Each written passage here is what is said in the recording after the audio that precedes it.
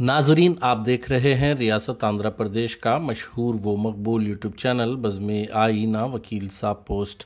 सैयद कुदरतुल्लाह कादरी वकील साहब फिर एक नए पोस्ट के साथ आपके रूबरू हाजिर है। आज की अहम खबर ये है कि आज ओकला की जानिब से जंजीरी भूख हड़ताल 9वें रोज़ में दाखिल हो चुकी है। नाजरीन, आप और हम जानते हैं कि पिछले 9 दिनों से कर्नूल डिस्ट्रिक्ट बार एसोसिएशन के ओकला धरना चौक पर जीवो नंबर 512 रद्द करने का मुतालबा करते हुए जंजीरी भूख हड़ताल पर हैं। इस मौके पर बड़ी तादाद में ओकला की तायद की जा रही है। इस मौके पर KVPS के अलावा SDPI, TDP और दीगर तमाम अपोजिशन पार्टियां जीवो number 512 Andhra Pradesh land titling act bill को मनसूख करने का मुतालबा कर रही हैं। आप देखिए खुसूसी रिपोर्ट। सैयद कुदरतुल्लाह कादरी वकील साहब को दीजिए इजाज़त। अगर आप हमारे चैनल को अब तक सब्सक्राइब नहीं किए हैं तो ज़रूर सब्सक्राइब करें, लाइक करें, शेयर करें, कमेंट करें, बेल बटन दबाना ना भूलें ताकि लेटेस्ट वीडियोस आप तक बआसानी से दस्तयाब हो सके।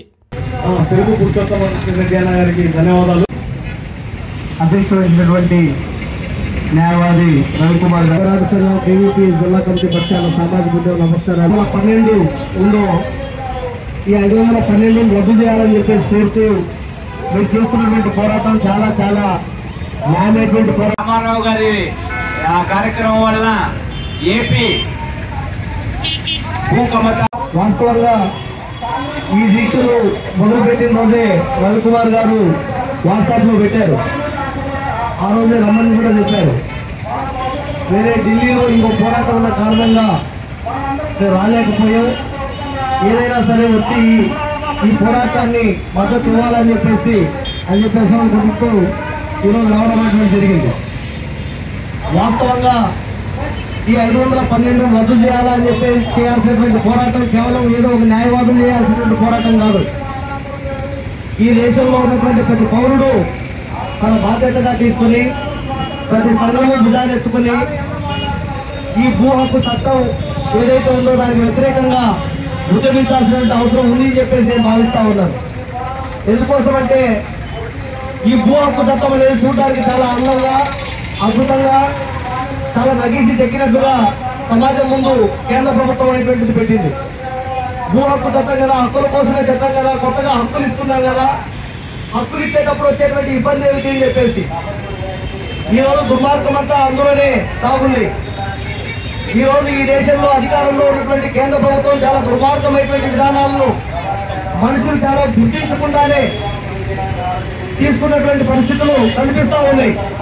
అయితే కేంద్ర ప్రభుత్వం తీసుకున్నటువంటి విధానాలు ఏవైతే ఉన్నాయో వాటిని ఈ రాష్ట్రంలో ఉన్నటువంటి ప్రభుత్వం చూసా తప్పకుండా నేనున్నాను, నేను అమలు చేస్తానని చెప్పేసి, నేను విన్నాను, నేను సమస్యలు పరిష్కరిస్తాను కాదు, నేనున్నాను, మీరు ఏం తీసుకున్నా కూడా వాటిని అమలు చేస్తాను, అందరికంటే ముందంజలో నేను ఉంటానని చెప్పేటువంటి విధంగా ఈ రాష్ట్రంలో ఉన్నటువంటి ప్రభుత్వం చేస్తూ ఉంది. అందులో వేగంగా ఈ మధ్యకాలంలో మీరు చూస్తే ఏ రెవెన్యూ కార్యాలయానికి మనం వెళ్ళినా కూడా మేము భూ రీసర్వేలో ఉన్నాం, ఈ చట్టానికి సంబంధించి ఎట్లా అమలు చేయాలో దానికి సంబంధించినటువంటి పనుల్లో ఉన్నామని చెప్పి చెప్తా ఉన్నారు.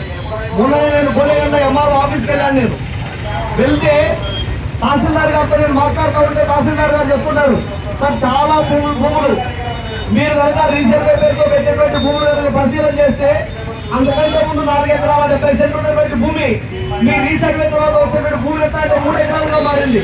మరి 1 ఎకరా 70 సెంట్లు ఎక్కడ పోయినాయి, కాపులు ఎక్కడ పోయినాయా అర్థం కానటువంటి పరిస్థితి. వాళ్ళు చెప్తున్నటువంటి మాట ఏమంటే భూ సరిహద్దులు ఎక్కడైతే ఉన్నాయో మాకు ఎక్కడి వరకు అయితే కనిపిస్తాయో అక్కడి వరకు మాత్రమే మేము లింకేసుకుంటాం, అక్కడ కొట్టేసుకుంటాం, వాటికి మీకు రైతులు హక్కు కల్పించేటువంటి ప్రయత్నం మేము చేస్తామని చెప్పి ప్రయత్నం చేస్తా ఉన్నాం. మరి మొత్తం ఉన్నటువంటి భూమి, గతంలో ఇచ్చేటువంటి భూమి, మీరు ఇచ్చినటువంటి పట్టా ఉన్నటువంటి భూమి, మీరు ఇచ్చినటువంటి పాస్బుక్లు ఉన్నటువంటి భూమి, ఆ భూమిని మీరు కొంత అయిపోకుండా ఎవరైనా దుర్మార్గుడు, ఎవరైనా బాగా లావు చేతులు ఉన్నాడు, ఎవరైనా రాజకీయ అన్నదారులు ఉన్నాడు, ఆ రకంగా లాక్కుంటే మన ఈ చేతుల్లో నుండి దానికి దిక్కెవరు అంటే మీరు అప్పీల్ చేసుకునేటువంటి రైట్ ఉంటుంది. మీకు అప్పీల్ ఎవరు చేసుకుంటాడు, ఎంతమంది తెలుస్తుంది? ఇప్పటిదాకా 100కి 90% మంది దళితుల్లో ఉండేటువంటి 1 ఎకరా 6 ఎకరాలు ఉన్నటువంటి భూములు ఈ రోజు రాజకీయ అండదండలతో వందలాది మంది ఈ రోజు వేలాది ఎకరాల భూముల్ని లాక్కునేటువంటి దుర్మార్గమైన పరిస్థితి ఈ రాష్ట్రంలోనే కొనసాగుతా ఉంది. అసైన్ భూమి హక్కులు కల్పిస్తామని చెప్పేటువంటి సందర్భంగా మనం చూసాం ఎన్ని రకాల ఆటంకాలు వచ్చాయనేటువంటిది.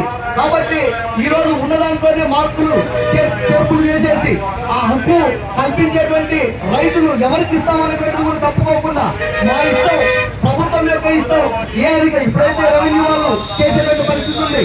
ఆ తర్వాత ఎవరు పెడతారని చెప్పి స్పెసిఫిక్ అధికారులు కూడా కేటాయించేటువంటి దుర్మార్గమైన పరిస్థితి ఈ చట్టంలో కొనసాగుతా ఉంది. అందుకోసమే భూ హక్కు చట్టం అనేటువంటిది ఏదైతే తీసుకొచ్చారో ఈ భూ హక్కు చట్టాన్ని తక్షణమే రద్దు చేయాలి అని చెప్పేటువంటి డిమాండ్ తోటి న్యాయవాదులు చేస్తున్న పోరాటం చాలా చాలా న్యాయమైంది. ఈ పోరాటానికి పోరాట సంఘంగా కూడా సంపూర్ణ సంఘీభావాన్ని తెలియజేస్తూ మీరు